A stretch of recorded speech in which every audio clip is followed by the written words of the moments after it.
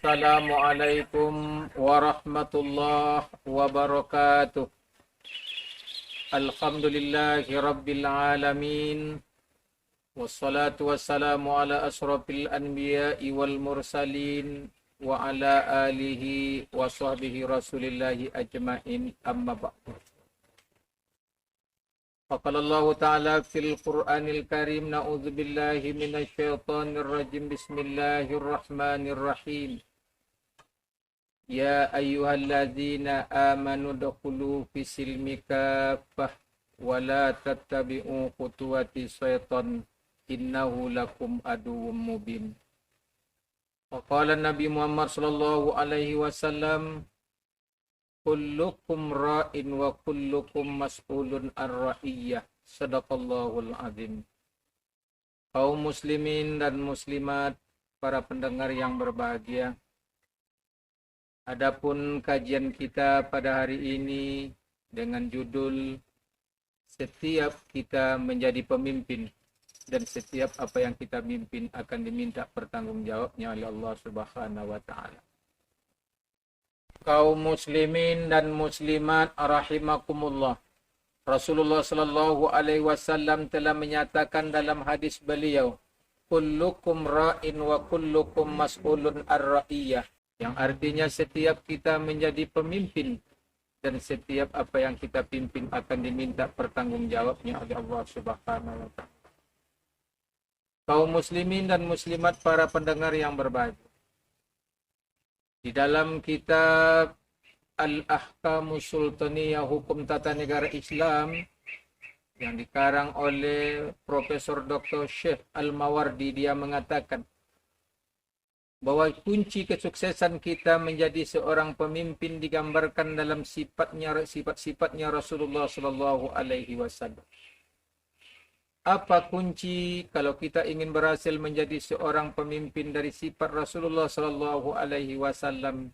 Yang pertama, Rasulullah sallallahu alaihi wasallam menggambarkan sifat beliau yang pertama, siddiq. Artinya kita selalu berbuat benar kapan saja dan di mana saja. Hadirin kaum muslimin, para pendengar yang berbahagia. Kalau kita menjadi seorang pemimpin, kita akan didengar ucapan dan perbuatan kita. Kita akan dituruti oleh masyarakat, dan apa yang kita perintahkan dan apa yang kita suruh kepada masyarakat dan apa yang kita jalankan sebuah aturan dan perundang-undangan. Selama kita benar dalam perbuatan kita, benar dalam ucapan, benar dalam tindakan, dan benar dalam segala-galanya di situasi dan kondisi manapun yang kita lakukan. Pertama. Yang kedua, kalau kita menjadi seorang pemimpin yang akan berhasil dari sifatnya Rasulullah sallallahu alaihi wasallam, menurut Syekh Al-Mawardi tadi, dia mengatakan bahwa kunci kesuksesan Nabi Muhammad yang kedua adalah sifat beliau yang keduanya adalah amanah. Hadirin kaum muslimin, sedang jemaah, para pendengar yang berbahagia. Ketika kekuasaan diberikan oleh Allah Subhanahu wa taala, kita sebagai seorang pemimpin dalam rumah tangga kita, pemimpin dalam masyarakat dan pemimpin berskala besar, kalau kita menjalankan amanah yang diberikan oleh Allah Subhanahu wa taala. Sebab amanah bukan merupakan suatu kekayaan. Amanah bukan merupakan suatu kesempatan untuk memperkaya diri. Tapi amanah adalah suatu beban, suatu kepercayaan yang diberikan kepada kita. Dengan kita jalankan dengan baik, insya Allah kita menjadi seorang pemimpin. Baik pemimpin untuk diri kita sendiri, untuk keluarga, maupun untuk negara kita.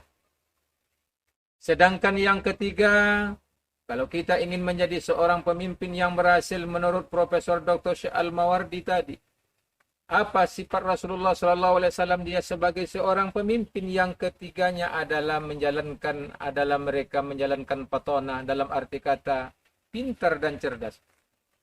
Makanya menjadi seorang pemimpin kita harus cerdas. Makanya kita menjadi seorang pemimpin harus bisa membaca situasi dan kondisi manapun. Tanpa fatonah dalam kehidupan kita, tak mungkinlah kita menjadi seorang pemimpin yang baik. Makanya kita tengok pada hari ini kaum muslimin, para pendengar yang berbahagia.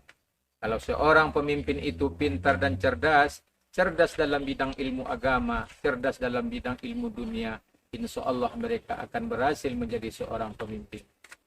Hadirin para pendengar yang berbahagia. Makanya sifat Rasulullah sallallahu alaihi wasallam yang keempatnya adalah bagaimana kita bisa menjadi sukses seorang pemimpin, kata Profesor Dr. Al-Mawardi tadi. Bahwa kunci sukses seorang pemimpin adalah tabligh. Tabligh dalam arti kata menyampaikan kebenaran ucapan kita benar, ucapan kita itu selalu sesuai dengan ucapan dengan perbuatan.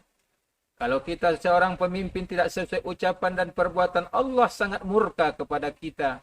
Sebagaimana teguran Allah Subhanahu wa taala, "Atamuruna an-nasa bil birri wa tansawna anfusakum wa antum tatlunal kitab, afala ta'qilun?" Apa kata Allah Subhanahu wa taala? Engkau pandai menyuruh orang berbuat baik sementara dirimu kau lupakan. Apa jawaban Allah dalam ayat berikut tadi? Apakah engkau tak berotak? Apakah engkau tak punya pikiran? Kalau tidak sesuai ucapan dan perbuatan yang telah kita lakukan. Maka oleh sebab itu kaum muslimin para pendengar yang berbahagia, kalau kita ingin menjadi seorang pemimpin yang akan berhasil dunia dan akhirat, marilah kita contoh sifat dari Rasulullah sallallahu alaihi wasallam.